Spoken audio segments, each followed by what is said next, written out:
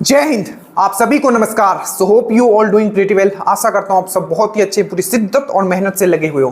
Pen paper लेके बैठना है, ठीक है। और हमने आपको एक चीज कहा है कि अगर एग्जाम में 25 क्वेश्चंस आते हैं जो कि आपके आएंगे साइंस के दरोगा में 20 प्लस क्वेश्चंस आप कर पाओगे। बस 3 चीज आपको करना है। पहला, जो मैंने आपको डिटेल में पढ़ाया है आपको ऐप पे, उसको आपको कंप्लीट करना है। दूसरा, आपको जो स्पीडी एनालिसिस करवाया गया वो करना है। और तीसरा, जो आपको पेपर एनालिसिस हो, चाहे वो यूपीपीसीएस हो, चाहे बीपीएससी हो, चाहे आपका वो दरोगा हो, वो कंप्लीट करना है। You will be among the topper. नीचे लिंक होगा, स्टेटस के जितने भी क्वेश्चंस डाले जा रहे, चाहे वो किसी भी सब्जेक्ट के हो, ना ही आपको वो किसी बुक में मिलेगा उस तरीके से क्वेश्चंस, और ना ही आपको किसी प्रैक्टिस सेट में मिलेगा। तो वो सेल्फ मेड क्वेश्चंस है जो एग्जाम के पॉइंट ऑफ व्यू से बनाए गए हैं, तो उसको आप जरूर लिखते हुए चलेगा।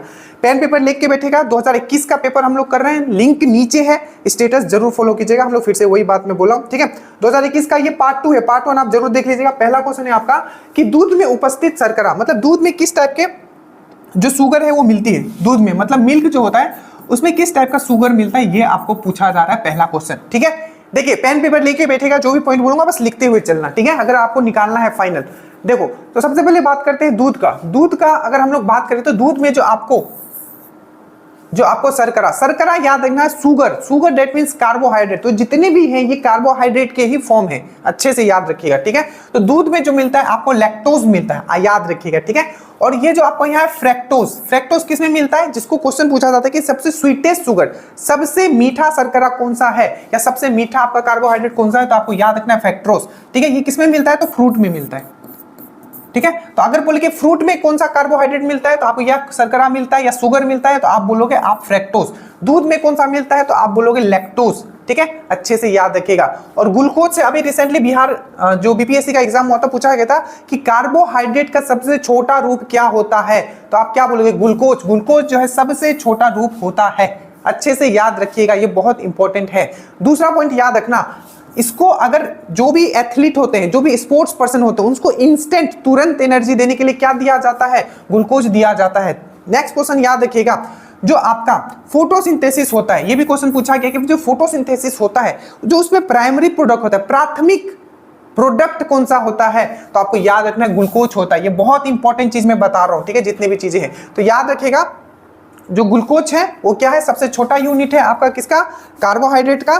प्लस ये भी याद रखिएगा कि जो ग्लूकोज जो होता है प्राइमरी प्रोडक्ट होता है आपका किसका, फोटोसिंथेसिस का। ये सब पढ़ाया हुआ है, मैं रिवीजन कर पा रहा हूं। तीसरा याद रखिएगा, ठीक है, कि जो आपका इसका जो फॉर्मूला होता है वो क्या होता है, C6H12O6 होता है, ये भी याद रखिएगा। और ये किस टाइप का कार्बोहाइड्रेट है, तो आपको याद रखना है किस टाइप का कार्बोहाइड्रेट है ये, तो ये मोनोसैकेराइड कार्बोहाइड्रेट है। क्या है ये, मोनोसैकेराइड कार्बोहाइड्रेट है, ठीक है, इतना याद रहेगा। अब याद रखिएगा, जो आपका शुगर होता है, जिसको हम लोग का टेबल शुगर जो हम लोग खाते हैं, ठीक है, उसका फॉर्मूला पूछा गया था, तो याद रखिएगा C12H22O11। और जो हम लोग खाते हैं वो कौन सा होता है, तो वो होता है आपका सुक्रोज, जिसको हम लोग क्या बोलते हैं, टेबल शुगर बोलते हैं, टेबल शुगर। और याद रखिएगा जो हम लोग खाते हैं वो क्या है, वो है आपका डाइसैकेराइड होता है। क्या होता है, डाइसैकेराइड होता है। तो याद रखिएगा फ्रूट में कौन सा मिलता है, फ्रैक्टोज, जो कि सबसे मीठा शर्करा है, सबसे मीठा आपका कार्बोहाइड्रेट है, ठीक है। और ये सबसे मीठा शर्करा, पहला क्वेश्चन। दूसरा क्वेश्चन, कहाँ फ्रूट में क्या मिलता है, तो आपका फ्रैक्टोज मिलता है। तीसरा क्वेश्चन, आपका मिल्क में कौन सा होता है, तो आपका लैक्टोज होता है। लैक्टोज कैसा है, तो ये डाइसैकेराइड है, याद रखिएगा।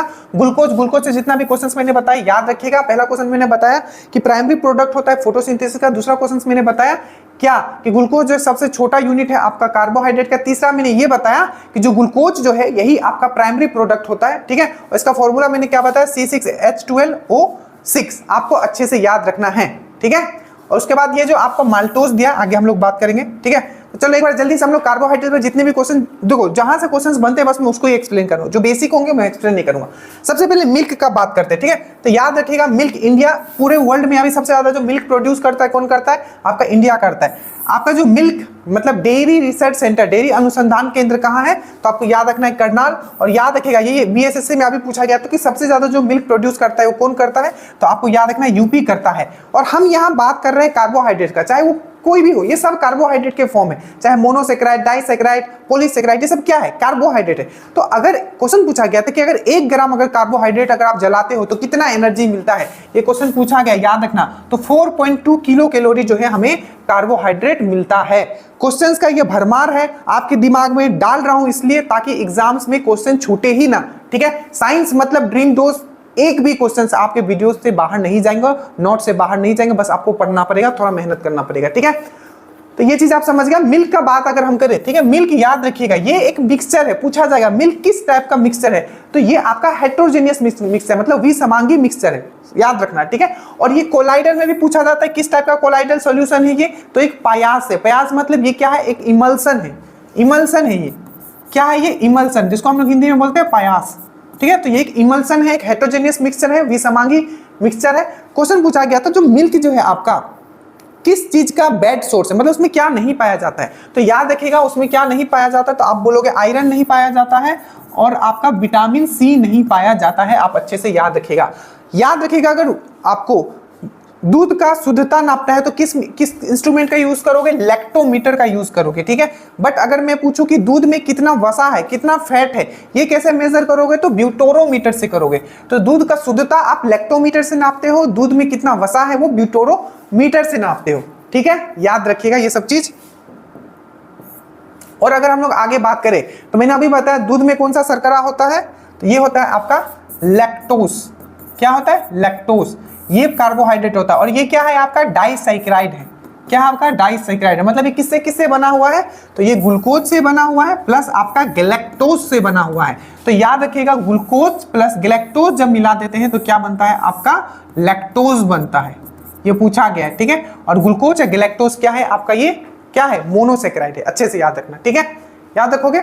चलिए अब आते हैं हम लोग कार्बोहाइड्रेट के बारे में, मैंने आपको बता दिया कार्बोहाइड्रेट में बेसिकली क्या क्या होता है, तो याद रखना फॉर्मूला पूछ लिया जाएगा कार्बोहाइड्रेट में क्या क्या होता है। तो ग्लूकोज क्या है, कार्बोहाइड्रेट का फॉर्म है, तो कार्बन होता है, हाइड्रोजन होता है, ऑक्सीजन होता है। पहला पॉइंट याद रखना। सबसे छोटा यूनिट क्या होता है कार्बोहाइड्रेट का, तो ग्लूकोज होता है, फॉर्मूला याद रखना C6H12O6, ठीक है। उसके बाद याद रखना मोनोसैकेराइड में कौन सा आता है, तो ग्लूकोज आता है, फ्रक्टोज आता है, गैलेक्टोज आता है। ग्लूकोज मैंने बताया इंस्टेंट एनर्जी के लिए दिया जाता है तुरंत, ठीक है। प्लस मैंने आपको क्या बताया, ग्लूकोज अगर बॉडी में ज्यादा हो जाएगा तो क्या हो जाएगा, आपका डायबिटीज हो जाएगा, ठीक है। और फ्रक्टोज मैंने बताया था सबसे मीठा शर्करा होता है, कहां मिलता है, फ्रूट में मिलता है, ठीक है। और गैलेक्टोज याद रखिएगा ये भी एक मोनोसैकेराइड है, ठीक है। डाइसैकेराइड का अगर हम लोग बात करें तो सुक्रोज होता है, लैक्टोज होता है और मेल्टोज होता है। क्या मैंने बोला, सुक्रोज, लैक्टोज एंड मेल्टोज। तो सुक्रोज जो किससे बना होता है, फ्रक्टोज एंड ग्लूकोज से बना होता है, ठीक है। किससे, सुक्रोज, फ्रक्टोज एंड ग्लूकोज से। लैक्टोज किससे बना होता है, तो ग्लूकोज एंड गैलेक्टोज से। और मेल्टोज किससे बना होता है, तो ग्लूकोज और ग्लूकोज से बना होता है। याद रखना ये सब पूछेंगे, यही चीज डिसाइड करेगा आपका मेरिट। फिर से देख लीजिए, सुक्रोज, सुक्रोज मतलब क्या, जो हम लोग टेबल्स जो चीनी खाते हैं ना वो क्या है बेसिकली, वो सुक्रोज है, मतलब वो एक कार्बोहाइड्रेट है। किससे मिलके बना है, फ्रक्टोज एंड ग्लूकोज से। जो हम लोग खाते हैं टेबल शुगर वो क्या है, सुक्रोज है। उसके बाद लैक्टोज जो दूध में मिलता है वो किससे बना है, ग्लूकोज और गैलेक्टोज से। ये क्या है, मिल्क में मिलता है, याद रखिएगा। और तीसरा है आपका मेल्टोज, तो ये भी क्या है आपका डाइसैकेराइड है, ये दो ग्लूकोज से मिला है। आखिरी में आपको याद रखना है पॉलीसैकेराइड। पॉलीसैकेराइड में क्या क्या आता है, देखिए बहुत क्वेश्चंस फॉर्म होते हैं, ठीक है। मैं यहाँ पूरा तो नहीं कवर कर पाऊंगा बट जितना कर देना वो मोस्ट इंपोर्टेंट है। पॉलीसैकेराइड में क्या क्या आता है, ग्लाइकोजिन, स्टार्च एंड सेल्यूलोज। अब देखो ग्लाइकोजिन आपको पता होगा, आपका जो कार्बोहाइड्रेट स्टोर होता है आपके बॉडी में, पहला पॉइंट याद रखना, किस फॉर्म में होता है, ग्लाइकोजिन के फॉर्म में होता है। प्लांट में जो कार्बोहाइड्रेट स्टोर होता है किस फॉर्म में होता है, स्टार्च के फॉर्म में होता है। और सेलुलोज भी क्या है, ये ही आपका, ये क्या है, ये एक पॉलीसैकेराइड है। और आपका जो प्लांट का क्वेश्चन बहुत बार पूछा गया, जो प्लांट का जो सेल वाल होता है, कोशिका भित्ति होता है, वो किससे बना होता है, तो सेलुलोज से बना होता है। और दुनिया में मतलब जो मतलब नेचुरल तरीके से अगर हम लोग देखें, ठीक है, तो नेचुरली, ठीक है, पूरा, ठीक है, नेचर को देखा जाए तो उसमें सबसे ज्यादा कौन सा कार्बोनिक सब्सटेंस आपको मिलता है, ऑर्गेनिक सब्सटेंस अगर आपको मिलता है तो आप क्या बोलोगे, सेलुलोज। तो नेचुरली तरीके से जो सबसे ज्यादा, ठीक है,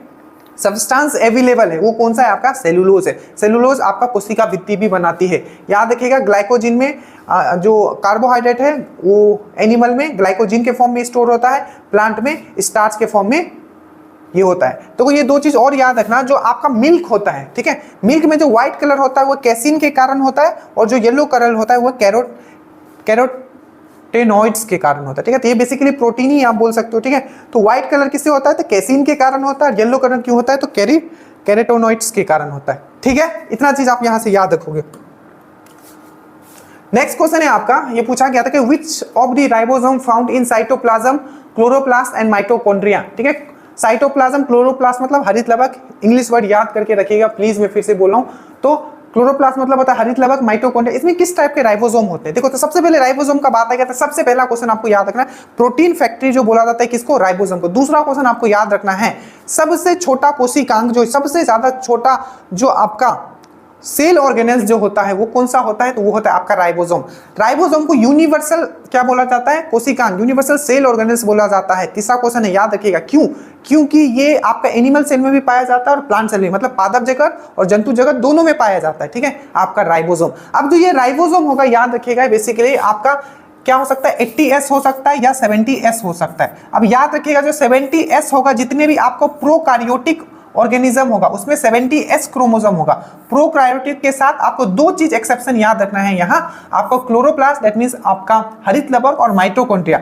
तो क्लोरोप्लास्ट और माइटोकॉन्ड्रिया में भी आपको याद रखना है कि क्या होगा, आपका 70S क्रोमोसोम होगा। ठीक है, और बाकी जितने भी आपको प्रोकार्योटिक होंगे उसमें आपको 80S क्रोमोसोम होंगे। ठीक है, तो इस हिसाब से अगर आप देखोगे यहाँ, ठीक है, इस हिसाब से अगर आप देखोगे तो आप यहाँ देखोगे कि ऊपर साइटोप्लाज्म दिया है, तो साइटोप्लाज्म याद रखना 80S होता है, और मैंने अभी बताया क्लोरोप्लास्ट एंड माइटोकॉन्ड्रिया में 70S होता है। अब कुछ पॉइंट थोड़ा सा देखना यहाँ जरूरी है, ठीक है, नहीं तो बड़ा मुश्किल हो जाएगा, क्योंकि अब वो जरूरी नहीं है कि यही क्वेश्चन देंगे। देखो जब भी हम लोग बोलते हैं 70S क्रोमोसोम, ठीक है, सॉरी 70S और 80S क्रोमोसोम, तो जो 70S बना होता है हम आगे देखेंगे कि किस तरीके से बनता है, छोटा वाला पार्ट कौन सा होता है, इसका बड़ा वाला पार्ट कौन सा है, और 80S कैसे बनता है। ठीक है, उससे पहले कुछ पॉइंट याद रखो। जो क्लोरोप्लास्ट है याद रखना, दो ऐसा कोशिकांग है जिसके अंदर खुद का डीएनए होता है। तो क्या होता है, एक होता है आपका हरित लवक दैट मींस क्लोरोप्लास्ट, और दूसरा होता है माइटोकॉन्ड्रिया। तो ऑप्शन में होगा, ठीक है, 4 दिए होंगे कोशिकांग, तो याद रखना कि क्लोरोप्लास्ट और माइटोकॉन्ड्रिया में खुद के डीएनए होते हैं। ठीक है, पहला पॉइंट याद रखोगे।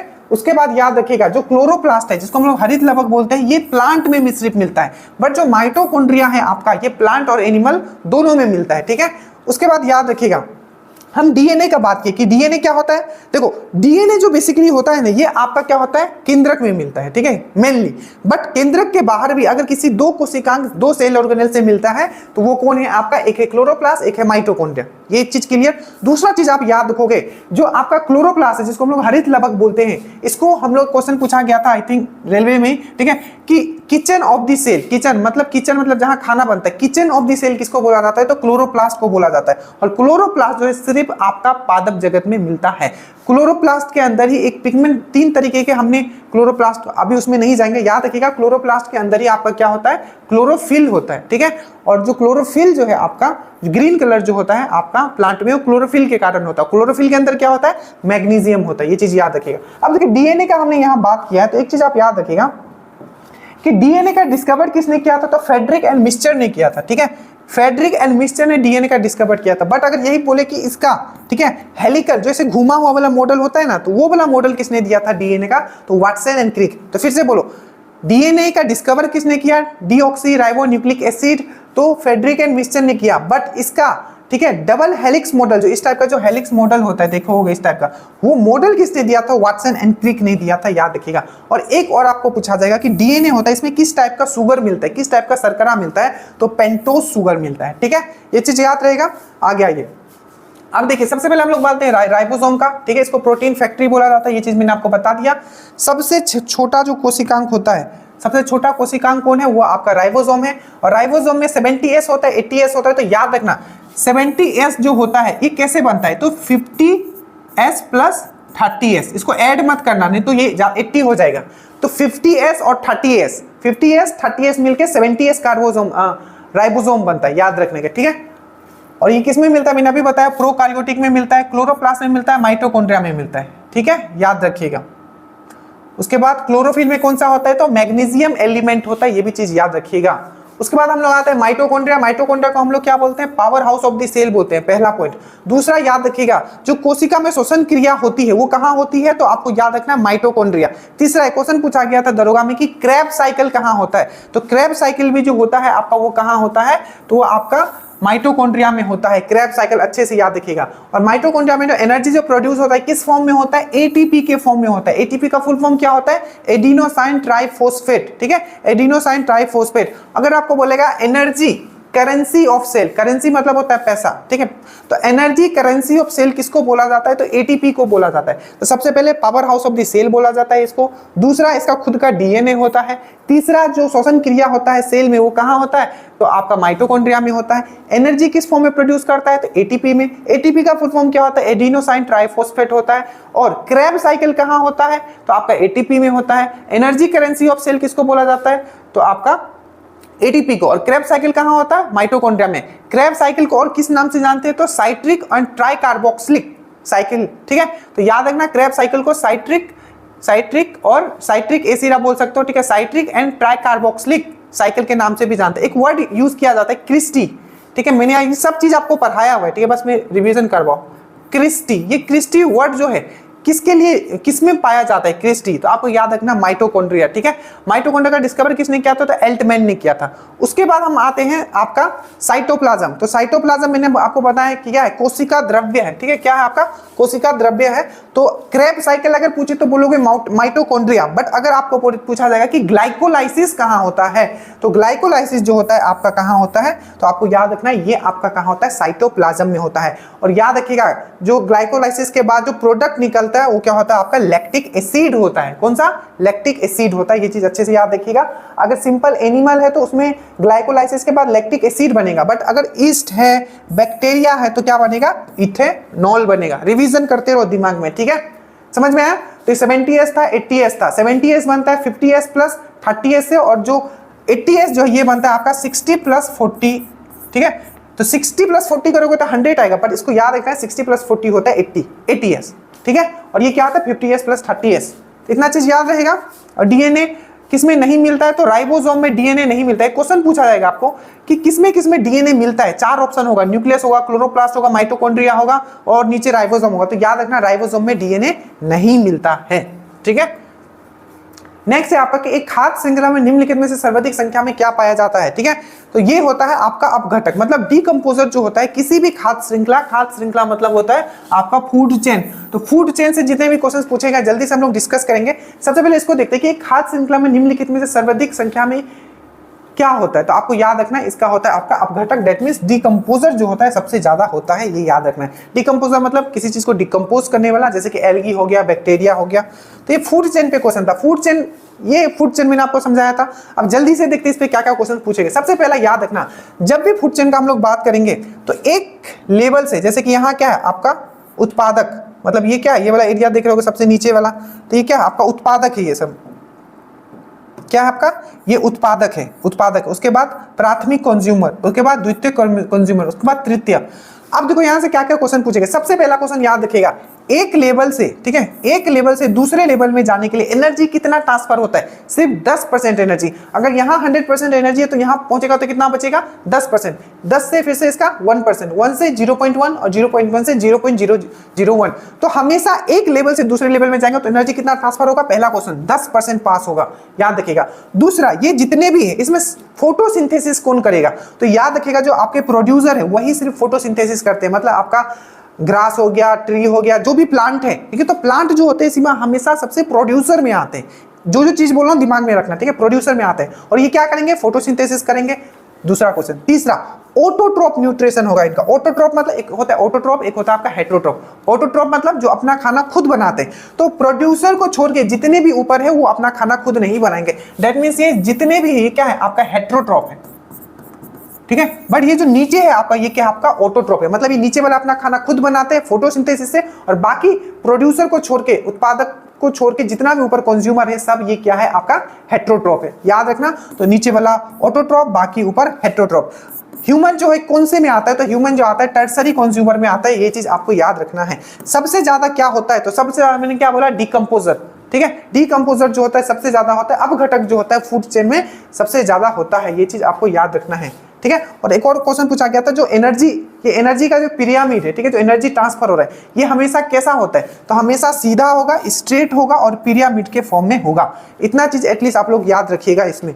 नेक्स्ट चलते हैं हम लोग कि सौर सेल बनाने में, जो सौर सेल है, जो सोलर सेल बनाने में क्या यूज होता है, आपको यहाँ ये पूछा जा रहा है। देखिए सोलर सेल का बात करने से पहले आपको याद रहना चाहिए कि सोलर सेल मतलब सन का बात किया जा रहा है, ठीक है, सन का। सन में जो एनर्जी बनती है वो किससे बनती है, नाभिकीय संलयन की वजह से। That means hydrogen and hydrogen मिलकर क्या बनाती है, आपका हीलियम बनाती है, पहला पॉइंट। दूसरा पॉइंट याद रखिएगा, जो सन जो है, सन से रेज धरती पे आने के लिए कितना टाइम लगता है, तो 500 सेकेंड लगता है। बट अगर वहीं हम लोग मून से बोले धरती पे आने के लिए कितना टाइम लगता है, उसका लाइट को, रेस को, मून का रेस को, तो 1.3 सेकेंड लगता है। तो सन से आने के लिए हमें 500 सेकेंड लगता है और मून से आने के लिए 1.3 सेकेंड लगता है। सन में नाभिकीय संलयन होता है, याद रखिएगा, जो इसका सोर्स ऑफ एनर्जी है। सन पूरा पढ़ाया हुआ है, जाके देख लीजिएगा, ठीक है। इंटरनेशनल सोलर अलायंस कब फॉर्म हुआ, तो 2005 में हुआ। 2 देशों ने मिलकर फॉर्म किया था, इंडिया एंड फ्रांस ने। इसका हेडक्वार्टर कहाँ है, तो गुरुग्राम में। ये सब क्वेश्चंस पूछे गए, याद रखिएगा। सोलर सेल बनाने में प्रयुक्त किए जाने वाला, आपको पता है क्या, ये क्या यूज किया जाएगा, सेमीकंडक्टर यूज किया जाएगा। तो यहाँ सेमीकंडक्टर कहाँ दिख रहा है आपको, सिलिकॉन, याद रखिएगा, सिलिकॉन जो है इसका सही आंसर हो जाएगा। टेफ्लॉन, टेफ्लॉन कहाँ यूज होता है, तो टेफ्लॉन जो यूज होता है, जो आपका नॉन स्टिकी बर्तन जो होता है, तावा हुआ आता है ना, जिसमें आप आजकल चिपकता नहीं है कुछ रखने से, तो नॉन स्टिकी में क्या होता है, वो टेफ्लॉन होता है, याद रखिएगा। टाइटेनियम, याद रखिएगा, टाइटेनियम को क्या बोला जाता है, तो फ्यूचर मेटल बोला जाता है, ठीक है। तो जैसे कि भविष्य का जो ईंधन है वो हाइड्रोजन को बोला जाता है, उसी तरीके से जो फ्यूचर मेटल है, भविष्य का धातु किसको बोला जाता है, तो टाइटेनियम को बोला जाता है, याद रखिएगा। गोल्ड, गोल्ड याद रखिएगा, सबसे ज्यादा मेलिएबिलिटी एंड डक्टिलिटी, ये चीज मैंने आपको पहले भी समझा। मेलिएबिलिटी मतलब क्या होता है, सीट बोलते हैं ना, पतला पतला सीट के फॉर्म में इसको बना सकते हो, मेलिएबिलिटी। और डक्टिलिटी मतलब एकदम तार, एकदम पतला तार के फॉर्म में भी इसको ये कर सकते हो। तो मेलिएबिलिटी एंड डक्टिलिटी सबसे ज्यादा किस में होता है, गोल्ड में होता है। इसका एक हमेशा आयसक याद रखिएगा, सिल्वरनाइट, ये पूछा गया। तो सिल्वरनाइट किसका आयसक है, सिल्वरनाइट, तो याद रखिएगा गोल्ड का। सिल्वरनाइट के साथ साथ आप याद रखिएगा कैल्वराइट, कैल्वराइट भी किसका है, तो ये गोल्ड का। गोल्ड का एटॉमिक नंबर कितना होता है, 79 होता है। और कैसे डिनोट किया जाता है, तो AU से डिनोट किया जाता है। हर चीज पूछा गया जो भी यहाँ में लिख रहा हूँ, ठीक है। जल्दी से क्वेश्चंस देखेंगे। देखो सोलर सेल का अगर हम लोग बात करें, ठीक है, तो इसमें सिलिकॉन यूज होता है। सिलिकॉन का एटॉमिक नंबर कितना है, तो 14 इसका एटॉमिक नंबर होता है, याद रखिएगा, पहला पॉइंट। तो सिलिकॉन क्या है आपका, तो सिलिकॉन जो है आपका एक सेमीकंडक्टर है। अब सेमीकंडक्टर से 2-3 क्वेश्चन जल्दी से लिखोगे। सबसे पहले अगर सेमीकंडक्टर में हम लोग टेम्परेचर बढ़ाएंगे तो उसका कंडक्टिविटी, ठीक है, कंडक्टिविटी इंक्रीज होगा कि डिक्रीज होगा, तो याद रखिएगा इंक्रीज होगा। बट यही अगर धातु आपको दे दिया जाए, तो धातु में देखो ये चीज हमेशा याद करके रखना, अगर सेमीकंडक्टर दिया हुआ है और अगर हम ताप, उसका टेम्परेचर बढ़ाते हैं, तो उसमें जो कंडक्टिविटी है वो बढ़ेगा इलेक्ट्रिसिटी का, ठीक है। बट यही अगर धातु है, तो धातु में अगर करंट पास हो रहा है, ठीक है, और उसमें और अगर आप हीट दे दोगे, टेम्परेचर बढ़ाओगे, ठीक है, तो उसका कंडक्टिविटी डिक्रीज होगा। तो याद रखिएगा, ये इसमें क्या होता है, पॉजिटिव टेम्परेचर कोफिशिएंट होता है। पॉजिटिव टेम्परेचर कोफिशिएंट मतलब क्या होता है, पॉजिटिव टेम्परेचर कोफिशिएंट मतलब जितना टेम्परेचर बढ़ाओगे इसका कंडक्टिविटी इंक्रीज होगा, पहला पॉइंट।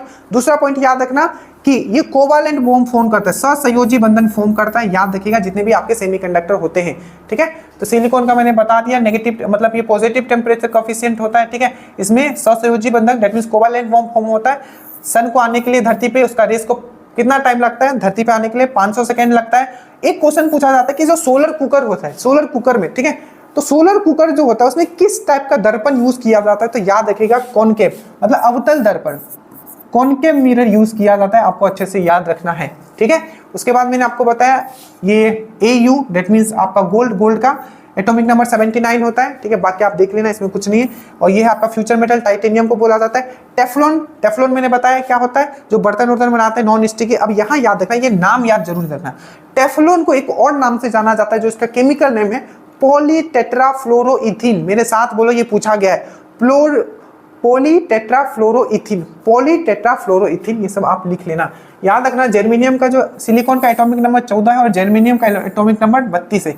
ये दोनों ऐसे सिलिकॉन सेमीकंडक्टर हैं जो सबसे ज्यादा यूज होते हैं, ये याद रखिएगा। नेक्स्ट है इडली को जिस प्रक्रिया द्वारा बनाया जाता है, आपको पता है इडली को कैसे बनाया जाता है, बड़ा सिंपल है, स्टीमिंग से। स्टीम से उसको, उसमें आग नहीं दिया जाता, स्टीम से बनाया जाता है। तो क्या है, स्टीमिंग इसका सही आंसर हो जाएगा, ठीक है, स्टीमिंग। अब जल्दी से कुछ चीज है जो स्टीमिंग पे हम लोग कर लेते हैं, ठीक है। सबसे पहले याद रखिएगा स्टीमिंग से क्या क्या होता है। देखो स्टीमिंग में क्या होता है कि आपका स्टीम क्यों यूज किया जाता है। देखो आप एक तो आप क्या करते हैं, इडली बनाने में स्टीम करते हो। दूसरा अगर आपको याद हो तो स्टीम जो है, ठीक है, आपका जो न्यूक्लियर बोला हूं, थर्मल पावर प्लांट, जहां कोयला से बिजली बनाया जाता है, तो जो टरबाइन को रन कराया जाता है, क्योंकि वहां क्या होगा, मैकेनिकल एनर्जी से इलेक्ट्रिकल एनर्जी में होगा।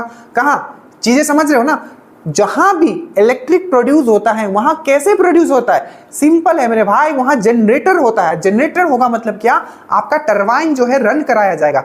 अगर वो हाइड्रो इलेक्ट्रिसिटी है मतलब पानी से बनाया जा रहा है तो पानी से टरबाइन को रन कराया जाएगा, और अगर वो थर्मल पावर है तो स्टीम से रन करवाया जाएगा। तो यहाँ थर्मल पावर प्लांट है जहां आपको स्टीम से टरबाइन को रन करवाया जाएगा, याद रखिएगा। इडली में भी स्टीम यूज किया जाता है। एक क्वेश्चन पूछा जाता है कि आग से जलना, ठीक है, और स्टीम से जलना, ठीक है। देखो यहां मैंने स्टीम दिया हुआ है, देखो एकदम इंग्लिश वर्ड्स दिए जाते हैं, स्टीमिंग, ठीक है। तो आपका स्टीम से जलना खतरनाक होता है कंपेयर टू आपका आग से जलना। क्यों क्यों क्यों? तो आप बोलोगे कि जो स्टीम जो होता है उसमें आपका गुप्त उष्मा ज्यादा होता है, लेटेंट हीट ज्यादा होता है। आपको याद रखना है, दो चीज मैंने आपको हमेशा करवाया, एक है आपका गुप्त उष्मा दैट मींस लेटेंट हीट, और एक है आपका विशिष्ट उष्मा जिसको हम लोग बोलते हैं स्पेसिफिक हीट। इसका मीनिंग मैंने अच्छे से समझाया, प्लीज वीडियो में जाके देख लीजिएगा। तो ये चीज याद रखना, लेटेंट हीट, स्पेसिफिक हीट की सबसे ज्यादा स्पेसिफिक हीट किसका होता है? विशिष्ट उष्मा, तो वाटर का होता है। ये भी चीज मैंने आपको समझाया था, याद रखना ये सब चीज, ठीक है।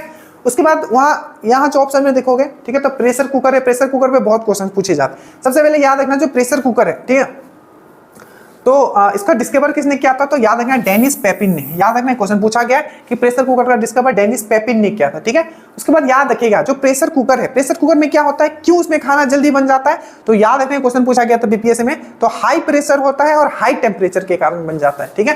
तो याद रखना हाई प्रेशर और हाई टेम्परेचर के कारण, और जितना ज्यादा प्रेशर होगा उसका क्वथनांक बिंदु जो है, बॉइलिंग पॉइंट जो है इंक्रीज होगा। तो याद रखना प्रेशर जितना इंक्रीज होगा आपका बॉइलिंग पॉइंट भी इंक्रीज होते जाएगा, ठीक है। और आपका प्रेशर कुकर में क्या होता है? हाई टेम्परेचर होता है और हाई प्रेशर होता है, ठीक है, याद रखिएगा, ठीक है। और याद रखिएगा प्रेशर मतलब जो आपका दाब है, ठीक है, वो किस में नापा जाता है? तो पास्कल में नापा जाता है और बार में नापा जाता है। 1 बार इक्वल टू होता है कितना? 10⁵ पास्कल। ये सब पूछा गया। तो अगर पूछेगा प्रेशर का जो क्या क्या यूनिट होता है, तो याद रखिएगा पास्कल होता है, बार होता है, और 1 बार इक्वल टू होता है 10⁵ पास्कल होता है। और याद रखिएगा प्रेशर क्या है? ये आपका स्केलर क्वांटिटी है, सदिश राशि है, ठीक है, दैट मींस स्केलर क्वांटिटी है। ये चीज आपको अच्छे से याद रखना है, ठीक है। चलिए नेक्स्ट है आपका कि जो वृद्धि दीपित नालिका तथा नियोन चिन्ह। ये चीज मैंने कितने बार आपको करवाया पता नहीं, ठीक है। जो भी आप नियोन, मैंने क्या होता है, बड़े बड़े बिलबोर्ड्स होते लगे होते, बड़े बड़े चमकीला एकदम नाम लिखा होता है, तो उसमें बेसिकली किसका यूज किया जाता है? तो मैंने आपको क्या बताया था? नियोन का यूज किया जाता है, नियोन गैस का। हीलियम, नियोन, आर्गन, ये सब क्या है? ये सब इनर्ट गैस है जिसको हम लोग क्या बोलते हैं? नोबल गैस बोलते हैं, जिसको हम लोग क्या बोलते हैं? जीरो ग्रुप गैस बोलते हैं। अब याद रखना जो नियोन जो है आपका क्या होता है, आपका कहाँ यूज होता है? तो आपका जो बिलबोर्ड्स होते हैं, बिलबोर्ड्स, ठीक है, बड़े बड़े चमकीले जो लिखे हुए होते हैं उसमें होते हैं। और ये किस फॉर्म में होते हैं? तो आपको याद रखना है प्लाज्मा के फॉर्म में होते हैं। प्लाज्मा क्या है सर? तो ये 4th स्टेट ऑफ मैटर है, मैंने समझा रखा है, आप जाके देख लीजिएगा, ठीक है।